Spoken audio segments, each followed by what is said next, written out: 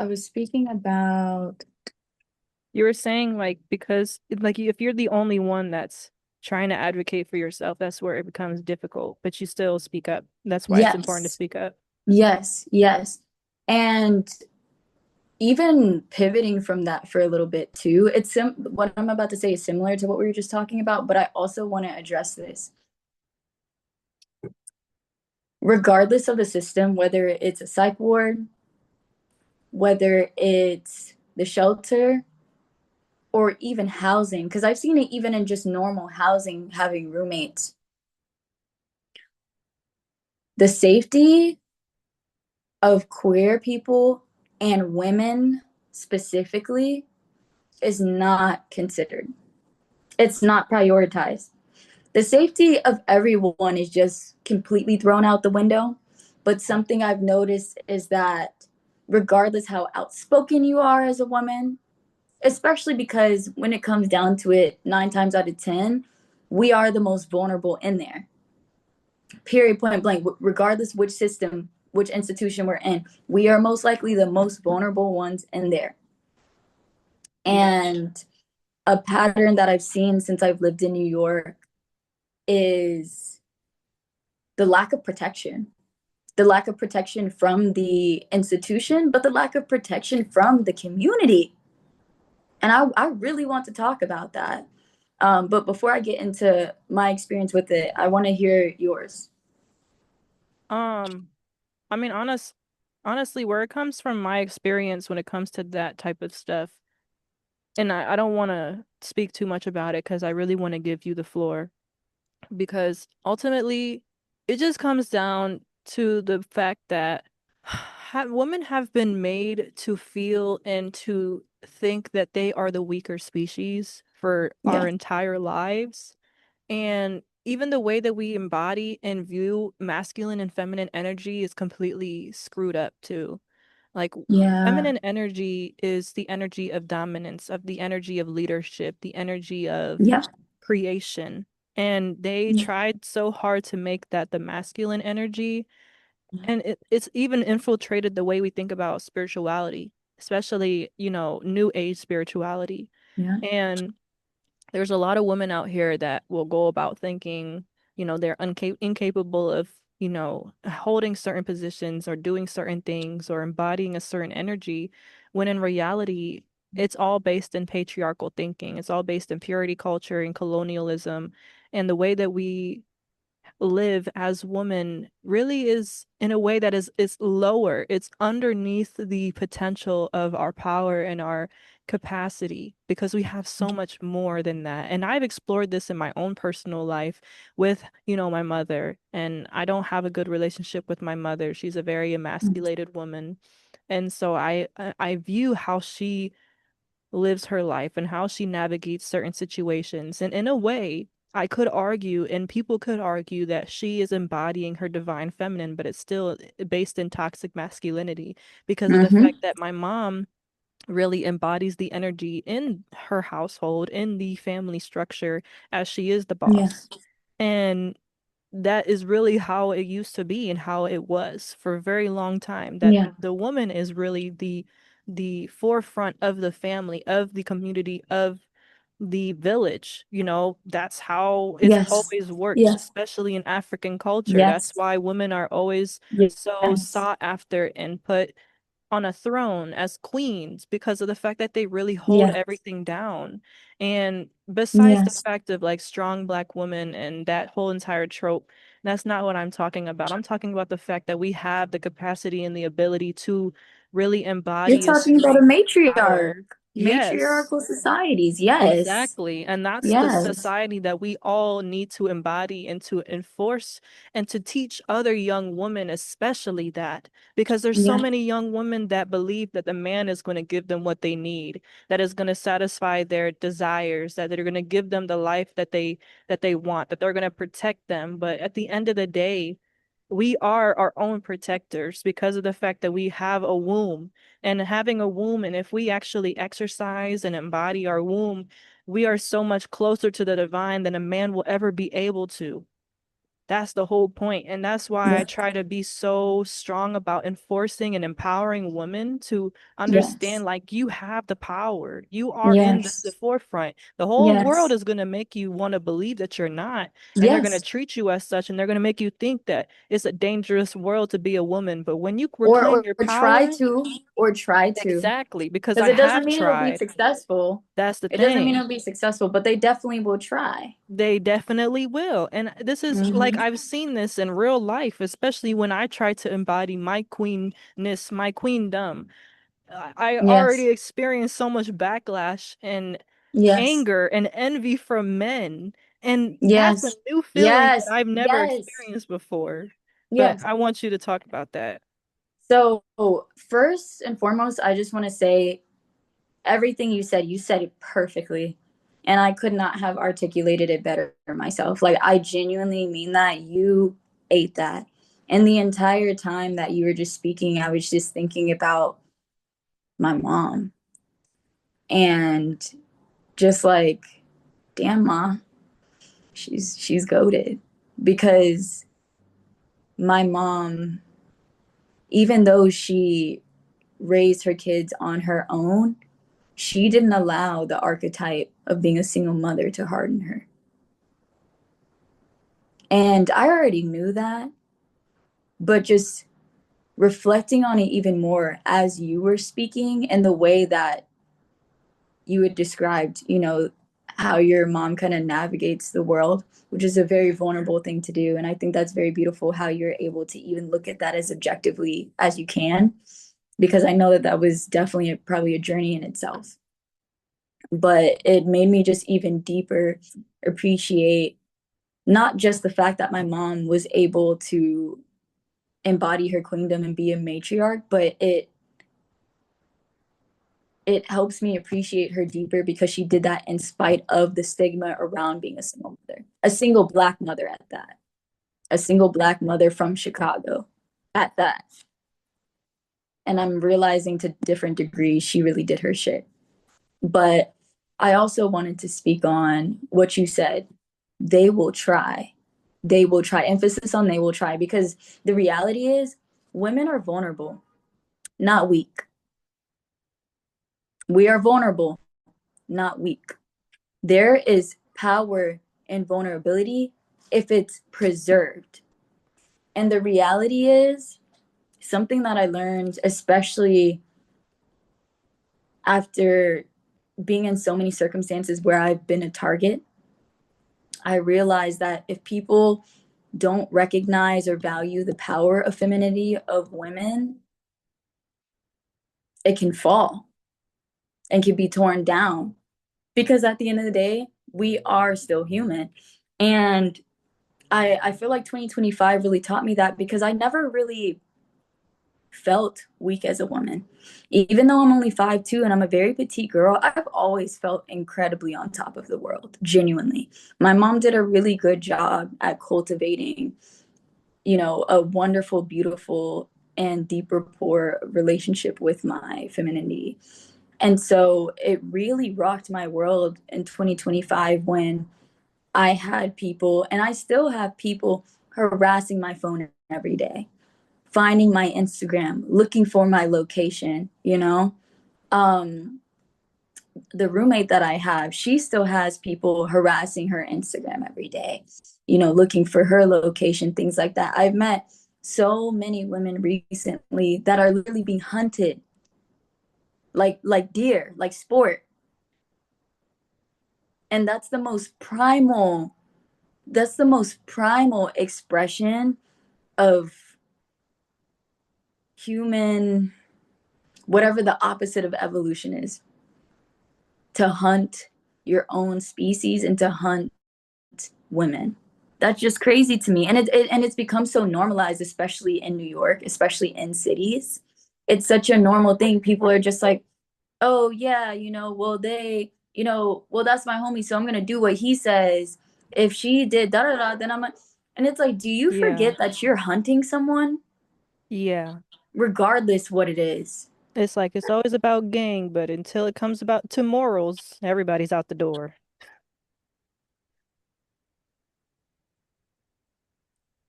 I literally, when I came inside to charge my phone, I literally had my heart drop because I got yet another text that I've been receiving every day from different numbers and different Instagram accounts. I got another text talking about, oh, so and so wants their cat back. You mean the cat that would get cussed out, beaten on, neglected by a previous roommate I had? He abandoned his cat. That's why I have his cat. He literally abandoned his cat.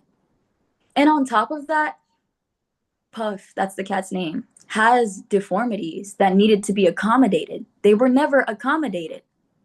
Wow. I made sure that happened. And I think to myself, with these different people that are harassing me, because they're really listening to him, I think to myself, are you guys wondering why he's in this position? Yeah. Because that cat doesn't have a home with him. Not just because he didn't care for the cat, but because he doesn't have a home of his own.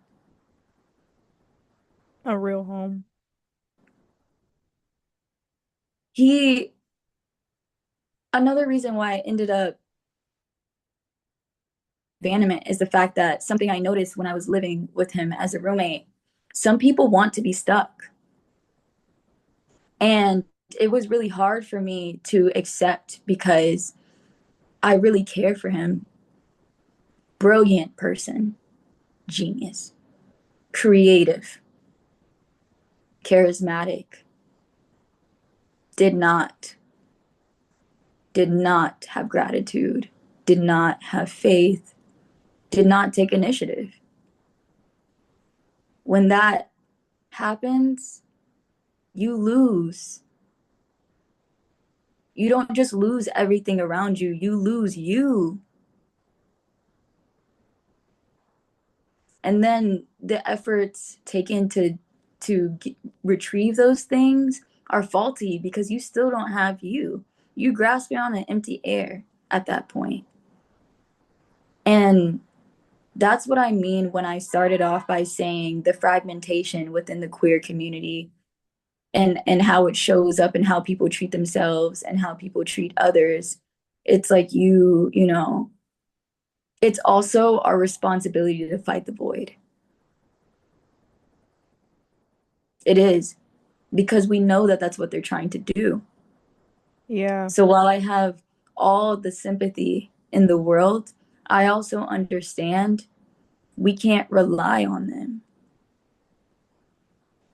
We can't trust them. And them as in who? Anyone that's not your inner voice, Yeah. to be honest, to be honest, because that's the reality. If you can't be rooted in your inner voice, what the fuck you rooted in? Exactly. That's where you become dangerous. So it's like someone could be your friend in your face every day and genuinely be your friend. But if you're listening to them over your inner voice and they're letting you, that's not helpful for either of you. That's No. sabotage too, You just you became know? someone's slave. Exactly. And they didn't Exactly. ask for it.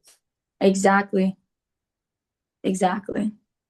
So it's like, these systems, they're outside of us, but they're also within us too. Yeah. There's so much to unlearn.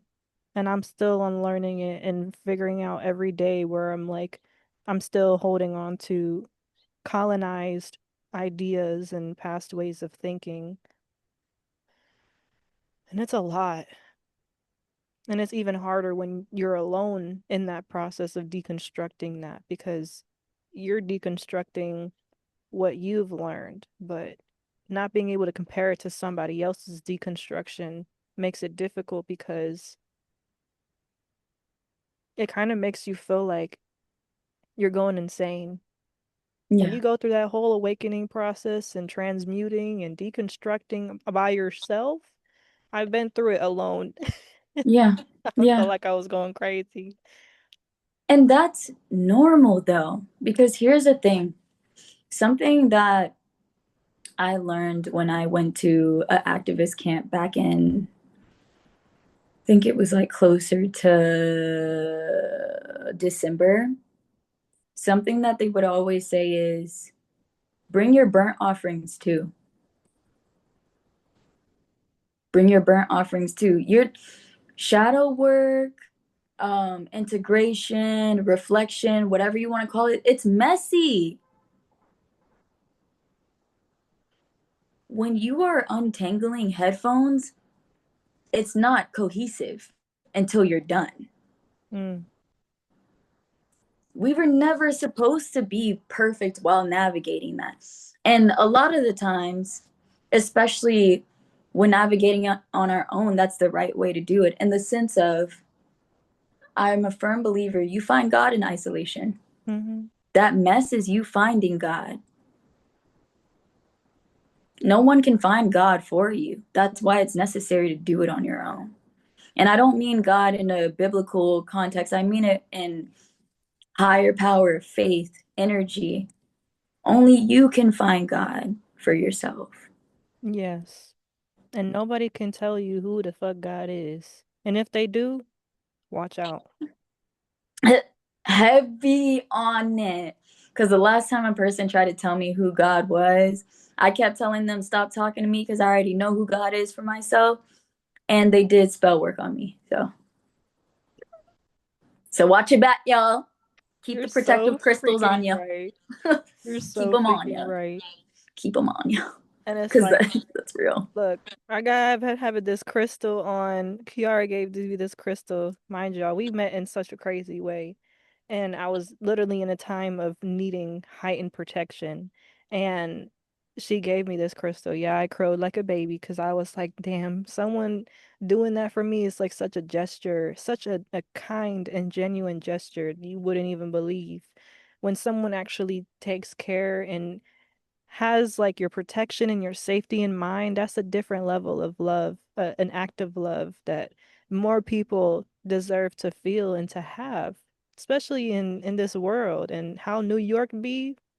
They don't give a fuck about your protection. They wanted to ruin that, but it was just like I've been having this on this whole time and I had like spoke something over it that specifically would reveal Mm, the masks of those around me that mm, truly did not give a fuck about me. And ever since then, it's just left and right. Left and wow. right is very clear. Like it's obvious at this Wow. point. And I can tell also who fears me, not Yeah. because I intentionally want anybody to fear me, but because they see the symbol and they can see that I have changed. And Amen. they're like, oh, I can't fuck with her. I can't fuck with them now. Mm-hmm. I can't because they know what's Mm-hmm. going on. I'm like, Mm-hmm. so you was fucking with me before because I didn't know better? Oh, I see. I Mm-hmm. see. I Mm-hmm. see where you at. I see where Mm-hmm. you at. I see heavy on that. I see where you at. Mm-hmm. Heavy on that. I see where you at. Mm-hmm. Exactly. Because I wanted to touch on that too. When Mm-hmm. you said that your mom like built you up in a way that was perfect for you to embrace your femininity, I Yes. unfortunately did not have that. And I really hated being a woman for majority of my life up until this Wow. point. Like, I would completely not honest. have known that with Girl. like meeting you. I didn't tell you this, but before you walked up to the stand, I had seen you. And I saw your skirt blowing in the wind. It was like a movie. And I was like, she's an angel. Oh. And then I was like, okay, let me lock in. Let me lock in because let me be at work right now. I gotta lock in so I could try to make these sales. But I would not have. Wow, tell me about that, please. Wow, tell Girl, me about your journey. That's beautiful. girl. I ever since I was a kid, my mom wanted me to hate so bad that I was a woman. And I think that that was a part of her karma. That's why she Yeah, had a daughter, and it was her first child that she had. I feel like for a majority of my life, I had thought and was convinced, like, oh, my mom just hates me. That's why she's treated me like this. That's why she has treated me like this for a majority of my life. yeah, And then I had to realize, like, n- listening to my mom's story, and even when I went to Dominican Republic, And I like had to show some, shots and stuff of when I was out there on my YouTube. And I visited my mom's village where she was born in El Campo. And seeing that where she came from and also spending time with my relatives that I had never grown up with was a whole experience. Not only was it kind of traumatic because obviously things in DR are completely different the way that they maneuver things in the US. Like I couldn't call the police about my aunt having a mental breakdown. Like I just couldn't because Yeah. they're not coming for that. But Yeah. I had to literally open my eyes and be so open-minded and non-judgmental about the way that they went about things. But it also had me realize like just because something is considered cultural does not mean it's morally right. I have And you on that. Just because literally, cultural doesn't mean, I mean, capitalism is cultural. I, I mean, because the Americans are the only motherfuckers that's doing this shit like they doing it here. To be honest, to be honest. And they trying to be like, oh my God, America is the dream. I'm like, no, that's just because y'all live here. Y'all normalized it. If you went anywhere else, that shit's not normal. Yeah. It's not. Yeah. And, but when I was younger, I used to love dressing up, wearing makeup, doing my little modeling stuff. And I have pictures too of Oh. like when I was a kid, and I was always modeling. And I realized as I got older, my mom started to become a lot more nasty towards me. And it specifically had to do with when I started developing my own identity that was separate from hers. And she hated that. Mm. And because of the fact that she hated that so much, I had felt like, okay, well, if it's a problem, then I will just shrink myself so that I'm not being an inconvenience to other people. And it was always for my mom. She was the only one that had a problem with me expressing myself truly. And then Yeah. when I was in high school, I had came out as genderqueer and gender fluid.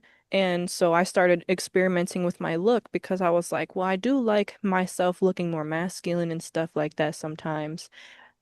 And there's two sides to that. The one side is I do love wearing masculine clothing. And the other side of that was I want to hide my body and I want to hide me looking like a woman because of the fact that I was disgusted at the way that my mom treated me when I was hyper feminine because she would always shame me about it, try to sexualize me. I was sexualized a lot as a kid because I hit puberty early.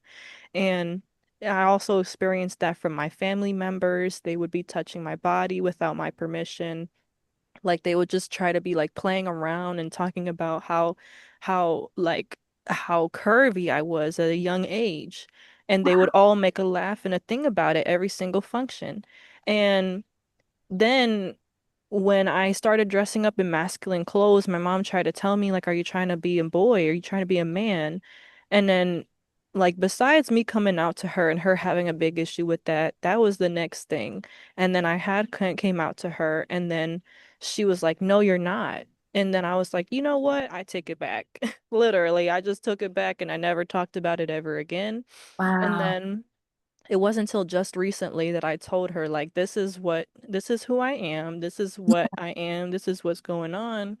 If you like it, you like it. If you don't, you don't. She You was like, don't, I'm right? still gonna call you she, her pronouns, and you're still a woman. And I'm like, oh, all right, that's fine. That's cool, but I understand. But I'm telling you, I'm also queer, so I'm she, they, girl. Like, Go I ahead. understand my identity in a way that I accept my womanness because I developed a relationship with my femininity and I Yeah. accepted myself in that because of the fact that like it is a superpower. Yeah. And I feel like because my mom knew that my I was a very powerful kid as a young age, usually what families like to do, especially because which was revealed that my family did have witches in their family. Hmm. So at a young age, that was like highly trying like she was trying to silence that and to Yeah. like make me like not think that I was powerful at a very Mhm. young age, which was confusing because you would want your daughter to feel empowered and to feel strong and to love herself and this Yeah. and that, but I feel like with her it was the complete opposite and I was always confused as to why. I felt like I was the problem for Yeah. existing and being born because Yeah. of how she treated me. So And then it would also be like little remarks and comments that were repeated over and over again to the point where I was like, uh, I guess I'm just a fucking a roach on the floor then. I guess I don't know what you want me to do or who you want me to become, but that's how you make me feel. Like I'm a fucking roach on the floor under your foot that you stepped on repeatedly. And so that's Mm, when I realized I'm like, maybe it's not that my mom hates women or she hates me. Maybe it's because she hates herself yeah, in being a woman, yeah. but that still had nothing to do with me. I, And to this day, she still tries to blame me for all of the things that I did wrong and how much I messed her life up.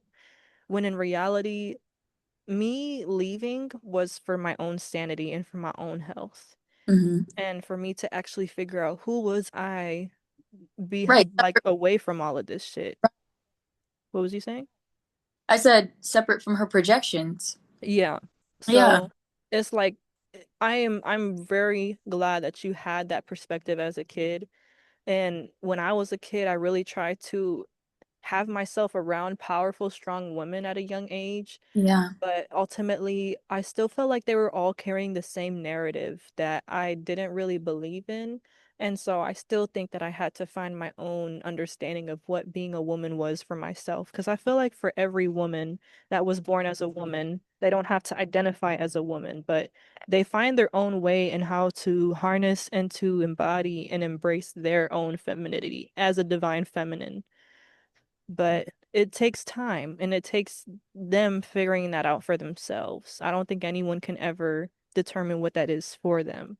And if you're unhealed, then you're going to continue that cycle of spreading that negative narrative of what a woman is and what a I, woman should embody, which is extremely harmful, especially for a young woman. And you I see it. You see it. I've seen it. I've experienced it firsthand. The same person that did work on me was the same person that would be like, "Oh, you're such a boy sometimes," and da da da. And I was like, "I'm queer, so I'm she they. I'm not she they he, babes. I'm. You just don't like the way that I express my womanhood because they had a like you were saying, a distorted understanding of what that meant. Hmm. I learned what womanhood was from media. And I'm like, half these women are written by men through the male gaze. I don't think that's a way to learn. And even with, I want to emphasize you talking about the solo journey of understanding womanhood and identity. I love Hmm. that you mentioned that it's solo specifically because even though my mom empowered me from a really young age, I'm going to be very frank. I was a very stubborn kid. And I didn't hate myself as a kid, but I didn't see the point in anything. And so I actually didn't at the time see the value of what she was doing. But the space that she gave me consistently, even to this day, created that space where I was able to understand it later along the road. Not only was I able to have enough space to come back to what she was doing for me, because that's ultimately what happened. It's funny, like, I rejected everything she was doing for me because I was like, I don't really understand how any of this is important. I didn't hate it, I just didn't understand it. And then I found myself being like, wait, she got it right the first time. But at least, and I talked to her about that too. I was like, Mom, I'm so sorry, I'm so sorry. And she was like, why are you sorry? You just wanted to do it on your own. That space is important too. And that should have been okay. That should have been okay. Yeah. Like, moms should know, like, the only way kids are going to learn is on their own. I tried to drill that into my mom's brain and she still didn't understand, but I wouldn't be who I am and where I'm at if I didn't do it alone.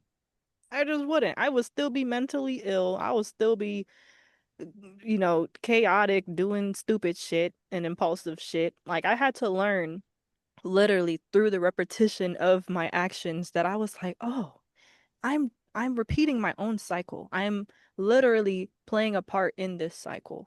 And the way Yeah. to break this cycle is to stop doing the shit that I've been doing. And it starts with acceptance of who you truly are. Honestly, I just want to say thank you so much again for having me and having a space where I was able to express these thoughts. I'm not gonna lie, I'm trying not to get emotional, but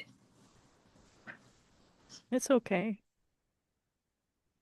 meeting you, just in general, Oh my God. I'm gonna cry too. I knew that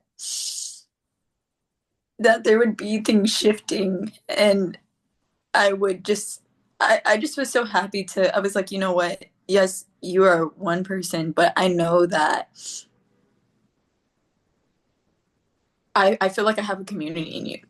That's essentially like I just was like, wow, I'm not the only one that cares this much about these things. I'm not the only one that wants to talk about these things. I'm not the only one that sees the violence, but also sees the beauty and sees the power and wants to uplift other women, and not just in a way where it's like girl power, but in a way No, for I, real. like the fuck like that's cute, you know, but I'm like there's so much more. And when I met you, I felt how much you understood that, and we didn't even use that many words for real, You don't but got to. literally, but I felt it, and I just feel really blessed, like, and and you don't understand how what that did for my brain and for my heart to have met you, and then even have you welcome me into speaking about this with you. You have yet to understand how much I admire you, and I'm so glad to be in contact and connection and community with you. Oh my goodness. Please. It was a motherfucking given though. I'm just surprised at how I'm like, I'm gonna be so honest. When I first met you, I was like, is this girl faking right now? Like, is she playing me? Like, Mhm. she cannot be this positive. Look, there's a fucking hawk. Oh my God. Like, Bye. I was just like, no, this is not for real. Like, don't get your hopes up. Don't get your hopes up. We're just gonna see what happens. And then it's like every single time we meet, and now that we're talking and having this conversation, it's like, no, it's for real. Like, bro, you've changed and you've done the work. Like, this is a different timeline.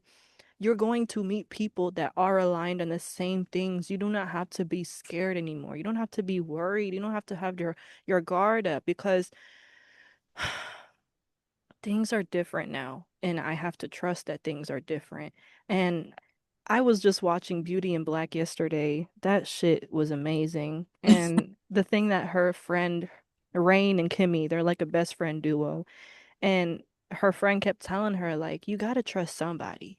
Like, we can't just go about our whole life not trusting nobody. You Yeah. gotta give somebody some trust because that's literally at the end of the day, you are self-sabotaging yourself and holding yourself from such beautiful connections, the connections that I have been wanting and crying and sliding down the wall for so Literally many years.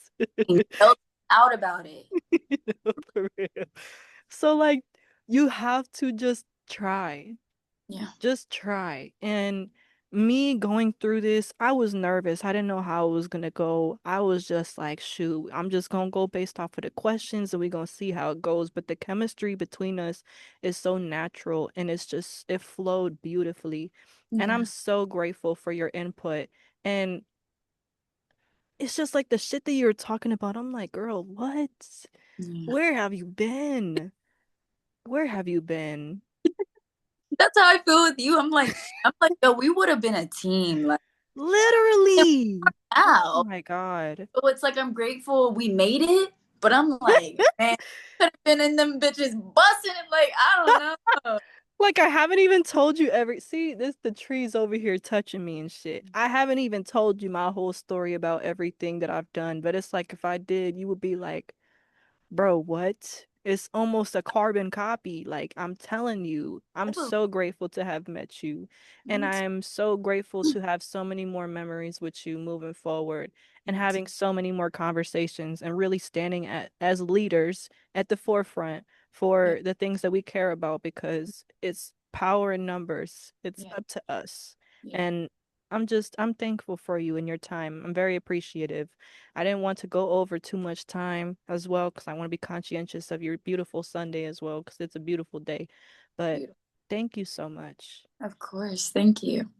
Thank you so much. You're a blessing. And you are an absolute mother freaking blessing too. I Thank you. hope you know that. Thank Like you. for real. For real. Thank you. So that is the end of the Tea Talks, the Sunday Soul Speaks with myself and Kiarra Dunn. And I hope that you guys have a beautiful rest of your day. I'm sending so much love. If you guys would like to join in on the conversation, please go down in the comments below, DM me, have your own videos, post your own videos, and tag us if you like. Also, please, Kiara Dunn, please give me your socials and promote yourself however you want to, because I'll make sure they know how to So find you. I have two pages that I'm going to mention. I have my first page, which is my main account, and it is at Courage with a K, at KOURAGEEE.